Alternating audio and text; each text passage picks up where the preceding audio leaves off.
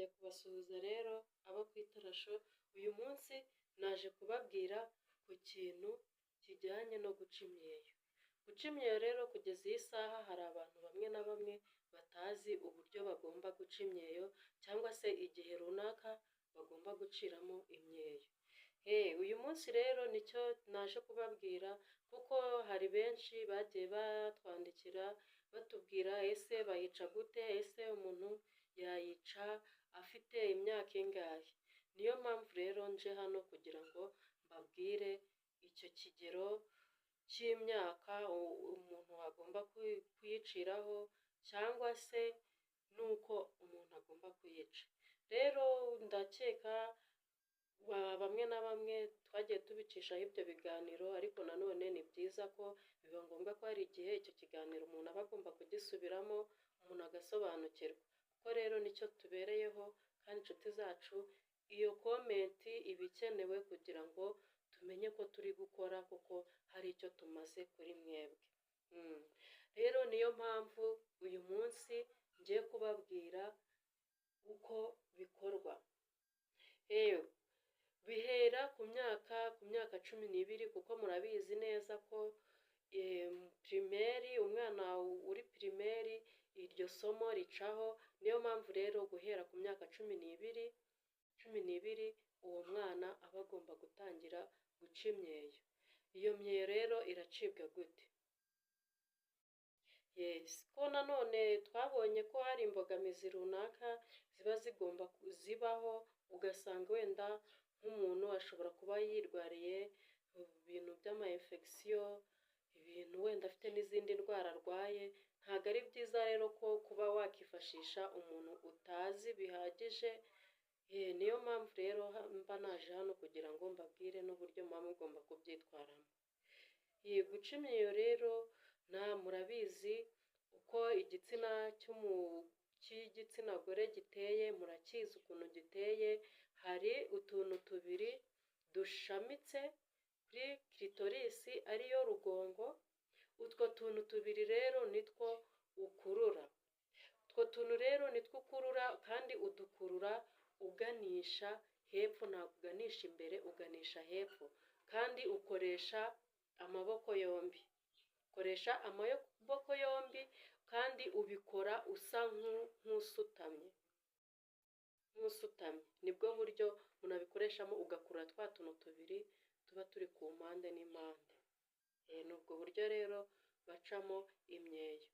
Hari n'inshuti yacu rero yatubajije se ngo wagira ikigero kingana iki?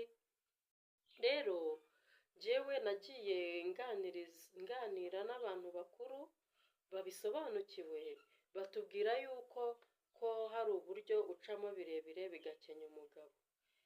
Gusa wenda hari abagabo babikunda, ariko hari n'abagabo batabikunda. Niyo mpamvu rero hari ikigero runaka umuntu aba agomba kuyicamo, ukabikora ntibibe ari birebire kandi nanone ntibibe ari bigufi. Nk'urugero, nk'abantu kera twari tumenyereye ko bakoresha runo rutoki rwa musumba byose, ariko nawe nyine urabibona ko ibi bintu byaba bikabije. Ubaye ukoresheje musumba byose rwaba rukabije, ariko ni urugero wenda nawe ubaye ureshesheje, urabona nko muri runo rugingo rwa kabiri,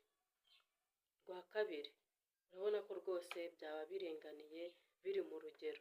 Rero ndumva icyo kigero cyaba ari cyiza cyo kuba wacamo imyeyo iringaniye rwose itari mu rugero, kuko inshuro nyinshi hari benshi batabikunda, bakunda nyine iringaniye. Kimwe n'uko hari n'ukunda ibirebire, ariko nanone abantu bakuze batubwiye yuko guca imyeyo miremire ngo bikenya abagabo. Ariko nanone tukongera ngo kiliziya yakuye kirazira. Ibyo ngibyo nyine byari ibya kera, ntabwo bikiriho. Gusa nyine uko Imana igushoboza kubikora uzajye ubikora. Ni uko nguko, nta kuvuga ngo uru rugero runaka, gusa nawe uzarinde gukabya, ariko uyice nk'uko bigenwe. Kandi ikindi, hari ukuntu usanga uburyo bwiza rero bwo kuba wakikurikirana iyo myeyo ikaboneka vuba ukagwiza vuba ni uko wajya ubikora buri mu gitondo uko ubyutse, uko ugiye kubyuka na cya gihe uba ugiye kuryama. Ibyo bintu biragufasha rero ukagwiza vuba. Ukagwiza vuba kandi nanone burya iyo uri kwikurikirana ni nko kuba waba uri guhinga umurima uhoramo buri munsi urihuta kurusha uko ushobora gufata umurima ukawujyamo ejo ukazongera gusubiramo ejo bundi. Uri kumva yuko ejo bundi iyo ugarutse usa nkaho uri gutangira bushyashya, ariko iyo uwukurikiranye nyine nawe urabyumva uwusoza vuba. Niyo mpamvu rero biba bisaba kugira ngo uko guca imyeyo ubikurikirane umunsi ku munsi, umunsi ku munsi, kandi ntari nibagiwe no kubabwira ko nta kindi kintu ukoresha amavuta y'inka, byaba byiza ugashaka na zino ntobo, izi ntobo ukazanika ukazisya, warangiza ugashyiramo agafu kayo, ukavanga n'amavuta y'inka cyangwa se kariya katsi bita misunditatu, bakita misunditatu.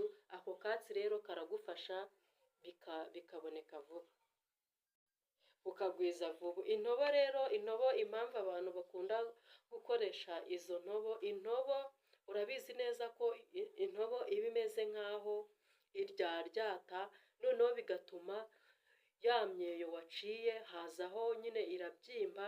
Muri kwa kubyimba ko uri kumva yuko nyine haba haje undi mubiri mushyashya, noneho wa mubiri mushyashya akaba ari wo uheraho ukurura, bigahita bikura vuba. Niyo mpamvu rero inshuro nyinshi abantu bakunda gukoresha intobo cyane.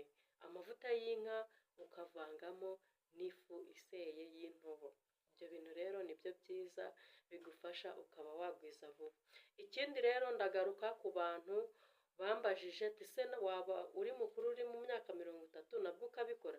Rwose usibye ko nyine nawe urabyumva uba wararengeranye, umubiri uba warakomeye, rero biba byiza ko nawe urikurikirana bigakunda, urayikurura bigakunda. Yego ntago biragoye, bikura bitinze, bikanakuvuna bikanakurya kuko nyine umubiri uba warakomeye, ariko nawe birakunda. Ntiwihebe, nawe uzabigerageze ushake izo intobo uzivange n'ayo mavuta y'inka. Kandi hari n'akandi gati bita tetracycline, kano gati k'amaso, kari agati k'amaso, bitavuze ngo wabuze amavuta y'inka wakoresha n'ako ka tetracycline, kano gati kavura amaso karagufasha. Murakoze rero, ndabakunda.